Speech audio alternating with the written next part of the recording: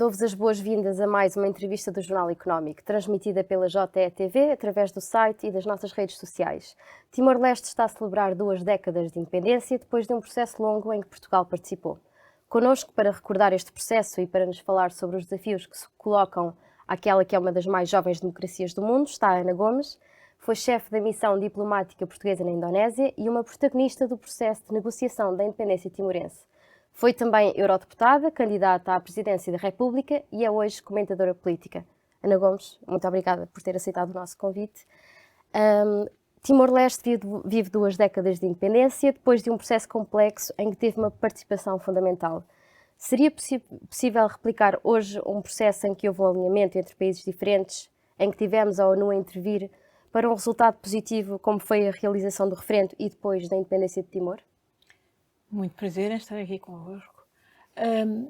Costuma dizer-se que a história se repete, mas nunca se repete da mesma maneira. E de facto as condições foram únicas e esse foi o mérito da nossa diplomacia e da nossa política, dos responsáveis políticos da época, de reconhecerem que a queda de Suharto oferecia uma janela de oportunidade única e imperdível para a resolução do problema de Timor, da maneira como se fez, com o envolvimento das Nações Unidas, foi sim, sem dúvida fundamental, quer para a realização do referendo, quer para o processo de transição que se deu entretanto. E sem dúvida que hoje Timor-Leste e a Indonésia, vivendo como vizinhos em paz, vivem muito melhor.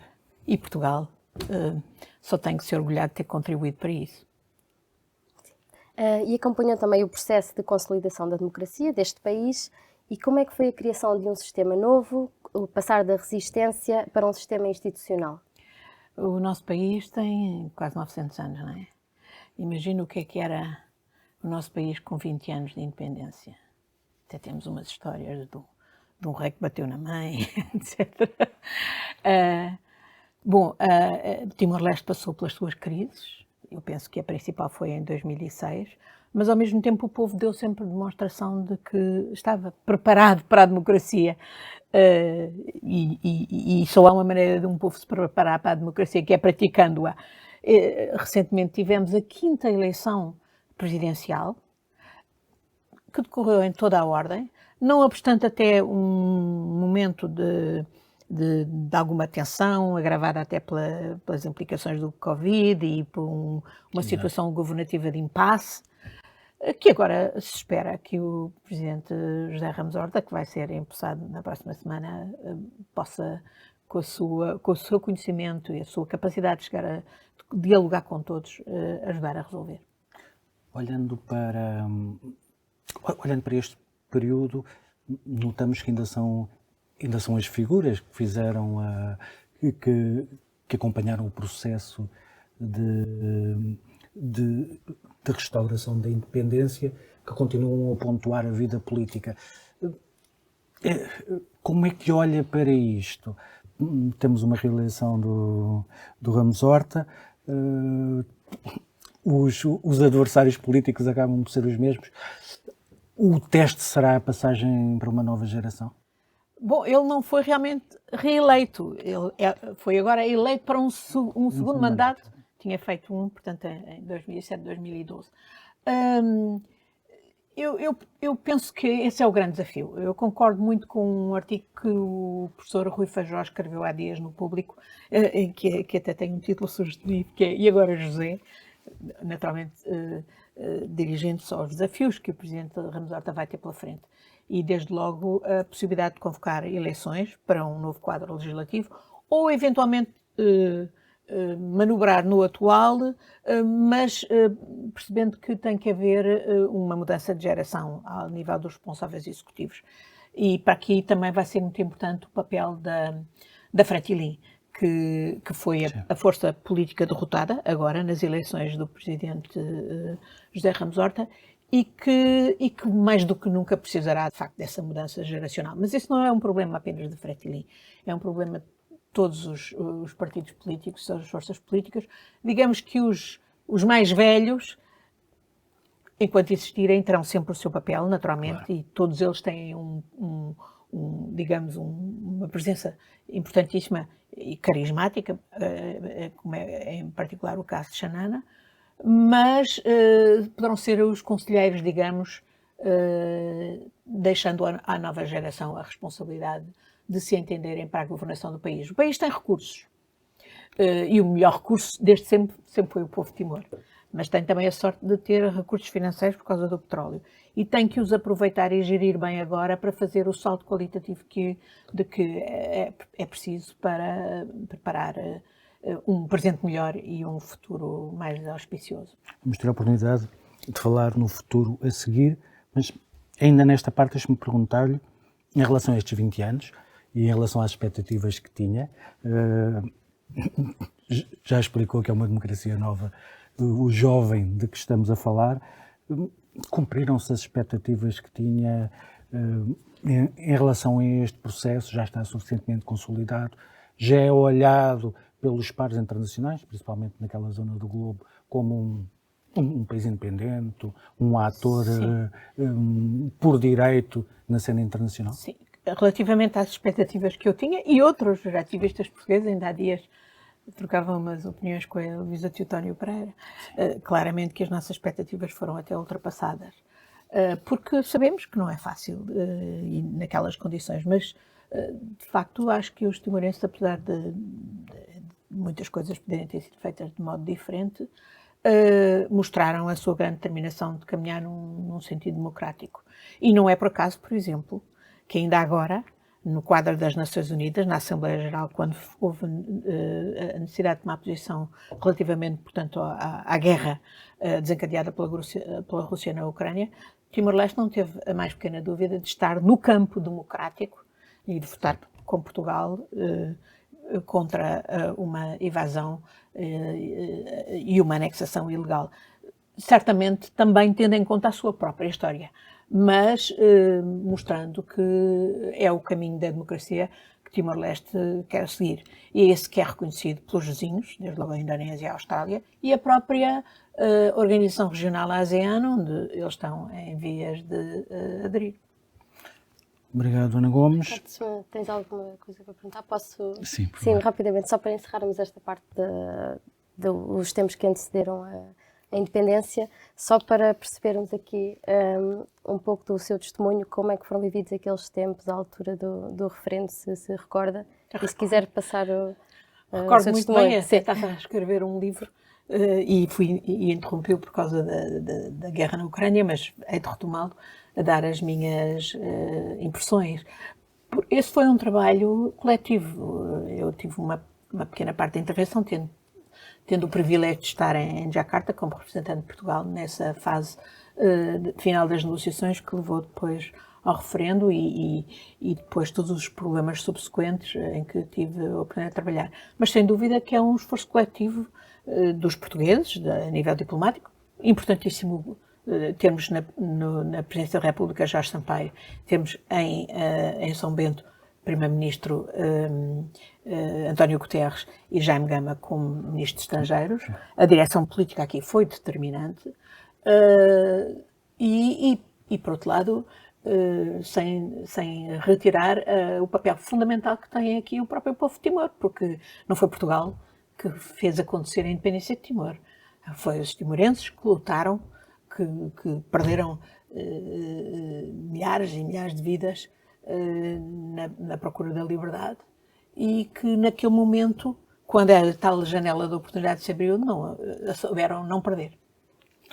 Obrigado, Ana Gomes. Vamos fazer só um pequeno intervalo. Voltamos já de seguida.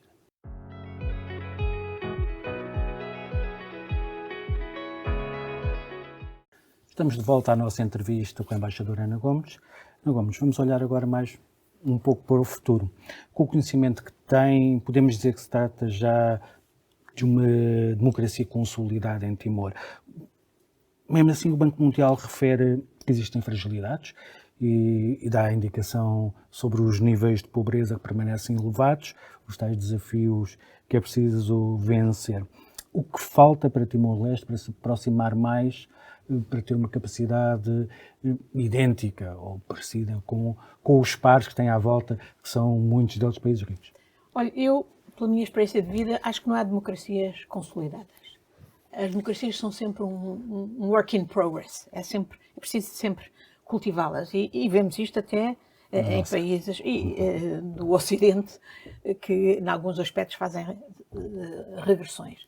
E as regressões muitas vezes têm a ver com o não ser capaz de dar resposta aos cidadãos, designadamente no anseio por igualdade de oportunidades. Esse é também o problema em Timor-Leste. Timor-Leste hoje tem, obviamente, a sua população cresceu significativamente desde 1999. A maioria da população é jovem, mas como jovem tem imensas expectativas e sabe que o seu país é um país com recursos que podem ser bem geridos e que podem e devem ser postos ao serviço de criar oportunidades para os jovens, desde logo a educação, depois qualificações, emprego.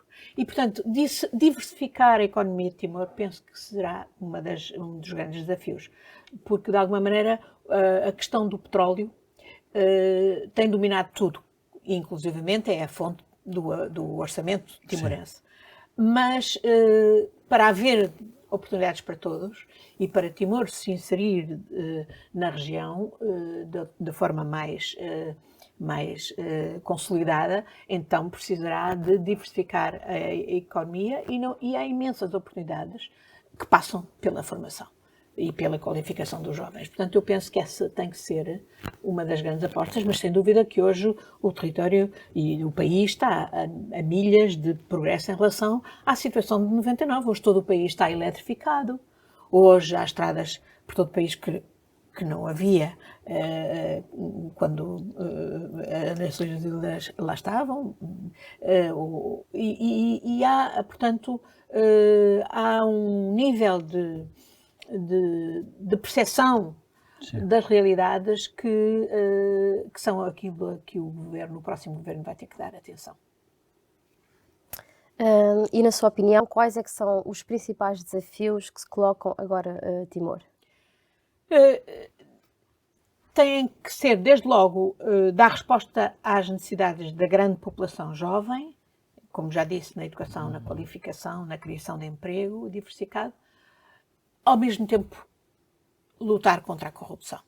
É um fenómeno que por várias vias e que tem a ver com a própria desregulação neoliberal no mundo é perfeitamente insidioso também em Timor-Leste. Ter consciência disso é muito importante. Sabemos que muitas das querelas têm estado exatamente ancoradas em acusações recíprocas nesse domínio, portanto, máxima transparência. Há aspectos de funcionamento da justiça que lá, como cá, têm ainda muito a progredir para instilar confiança aos cidadãos nacionais e também investidores estrangeiros. Portanto, não faltam desafios e eu penso que estes serão talvez os principais. E que papel é que o nosso país, Portugal, pode ter no desenvolvimento de Timor-Leste? Olha, Portugal desaproveitou muitas das estruturas que ele próprio tinha criado. Por exemplo, durante esse ano de 99, para especificamente direcionar recursos, incluindo de cidadãos portugueses, que quisessem contribuir para ajudar Timor-Leste. O primeiro desafio continua a ser a língua portuguesa. Já muito se fez, mas muito mais se poderia fazer. E eu penso que, ao nível dos mídia, a articulação dos mídia portugueses com os timorenses pode ser determinante para, de facto, instituir o português como língua corrente. Isso é muito importante, porque tem a ver com a identidade própria do povo timorense. Aí Portugal já faz muito, mas mais poderia fazer, e não é ao nível, portanto, do ensino, é ao nível dessa outra vulgarização do português que se obtém através dos mídias. Depois, em todos os domínios onde os timorenses continuam a pedir o nosso apoio para estruturar aspectos do seu próprio Estado e em que nós poderíamos ser mais generosos, penso eu, não obstante a distância. Mas este não é um problema de Portugal específico com Timor-Leste. é um problema de Portugal específico com todos os países a que esteve ligado pela história e é que está ligado humanamente. Ainda há pouco tempo eu visitava São Tomé e me arrepelava como São Tomé podia ser diferente se Portugal se interessasse mais. Nós somos bons muitas vezes a fazer o mais difícil, mas depois somos habitualmente, parece que gostamos de morrer na praia. Em relação a Timor, estruturas como a CPLP, por exemplo, podiam ter outra dimensão? Podiam. Eu penso que a CPLP é uma estrutura importante e podia ter essa outra importância na dinamização das relações a todo nível se investisse nas relações povo a povo, através das organizações da sociedade civil, NGOs, o mundo académico, etc. Se não fosse apenas, como tantas vezes parece ser, uma estrutura onde os governos falam uma linguagem, uma língua de pau, que realmente pouco diz aos cidadãos.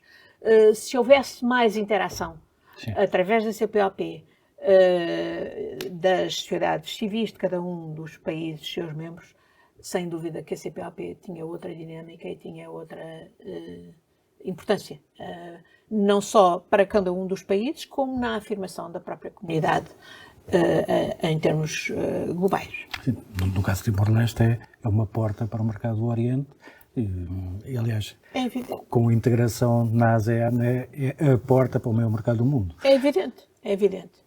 E é uma pena que não se tenha até hoje sabido aproveitar isso mais, como se os governos tivessem, apesar das promessas de democracia que estão inscritas de resto nos próprios estatutos da CPLP e que têm entorces flagrantes, como é o caso da adesão, por exemplo, da Guiné Equatorial, ou que se está a passar hoje na Guiné-Bissau também, e isso será talvez o que tolhe os governos de facto envolverem mais as organizações das sociedades civis, e é por elas que obviamente se fará esse desenvolvimento democrático.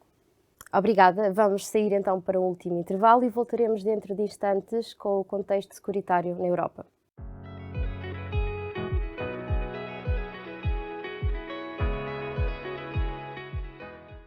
Voltamos à nossa entrevista com Ana Gomes. Agora, para olharmos para o presente e, de uma forma geral, para o nosso país e também para o contexto no exterior, estamos a viver uma situação de guerra na Europa, tendo em conta a sua experiência, como olha para a resposta europeia?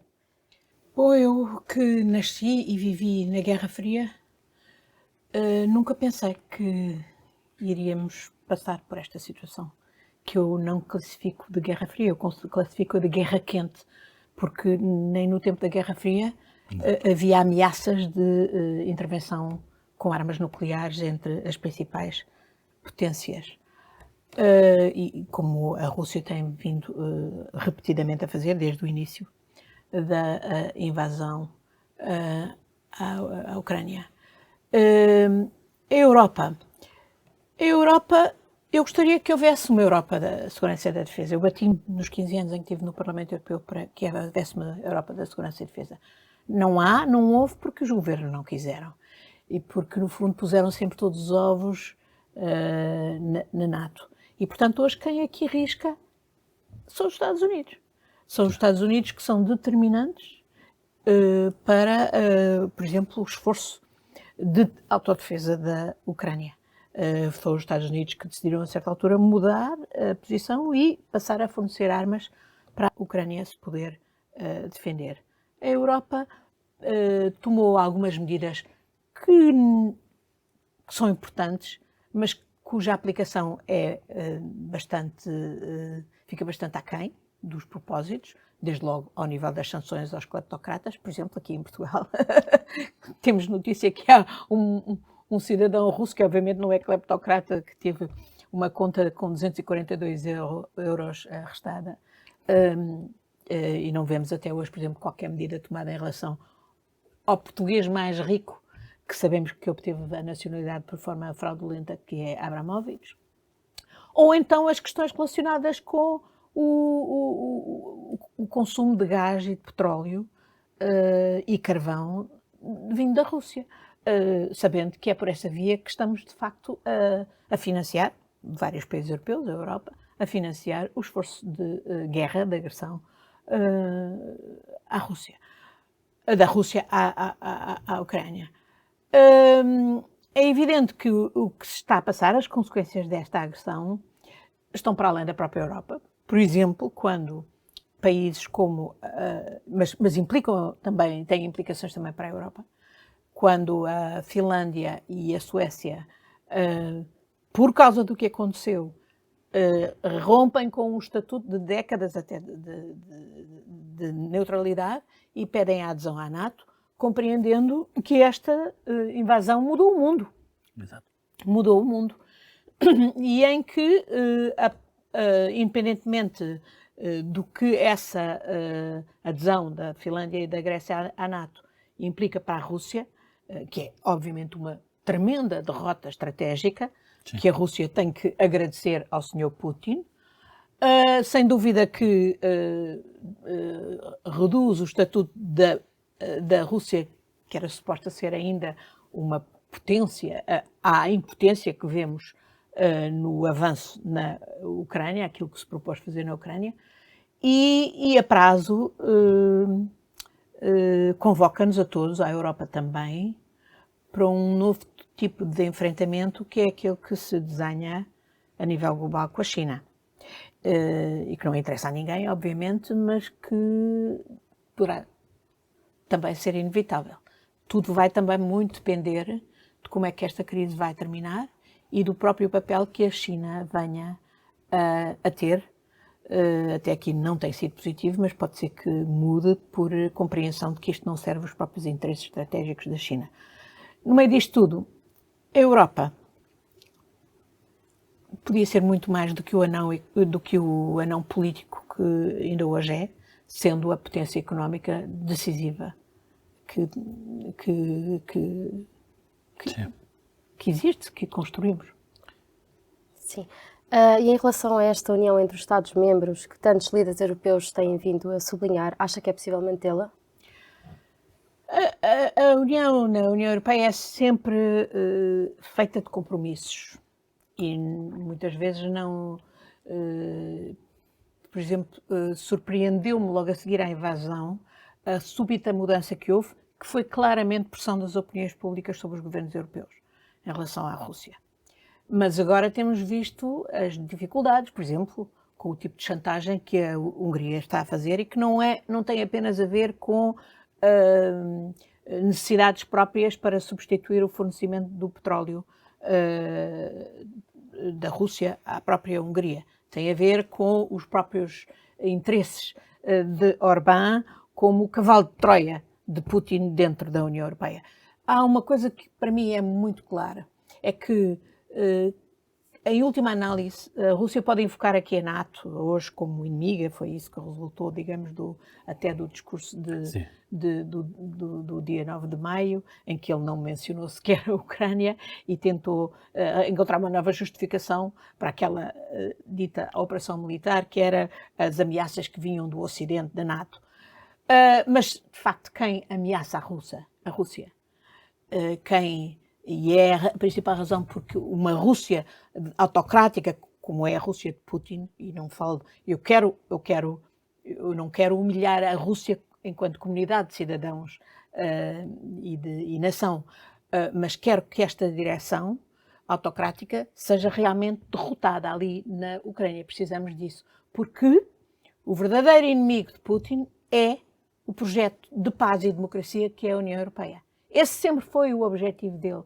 Eu vi, enquanto membro do Parlamento Europeu, e a interação, desde logo, com a Duma e com outros atores russos, que a União Europeia e o projeto da democracia que a União Europeia significava e que a Ucrânia aspirava, era o que realmente era ameaçador para o projeto autocrático de Putin. E, portanto, a Europa tem que ter consciência disto. Se não o tiver, enquanto não o tiver, vai continuar a ser irrelevante e vulnerável. E olhando para dentro, para Portugal, para a postura que o nosso Ministério tem vindo a ter, era maior vulnerabilidade do que a escandaleira que aí vai em torno da Câmara de Setúbal, que parece não ser só a Câmara de Setúbal. A total E não é só uma questão de bom senso e de sensibilidade relativamente às necessidades dos refugiados ucranianos que acolhemos, é a permissividade, a complacência relativamente a indivíduos que quase de certeza operavam como espiões em favor de uma potência que tem desígnios, como digo, antagonistas à democracia no nosso país e na Europa. Sim. Sim, muito rapidamente, como é que comenta a postura de Portugal, do nosso Ministério, em relação ao que está a ser feito na Ucrânia? Eu acho que Portugal tem feito todos os. Tem expressado posições solidárias com a Ucrânia, que resultam muito do sentimento popular da opinião pública portuguesa, de total solidariedade com o povo ucraniano perante esta bárbara, cruel agressão, punitiva, criminosa por parte da Rússia, de Putin. Tenho a sensação que há setores nacionais que não estão tão convictos como o conjunto da população e que descuraram muitos aspectos de segurança nestes últimos anos, não só em relação à Rússia, mas em relação à penetração de outras potências, por exemplo, também a própria China, do ponto de vista económico, e que de alguma maneira vulnerabilizam a nossa posição e a tornam, se olharmos para a forma como essa solidariedade declarada é na prática aplicada, a um tremendo fosso.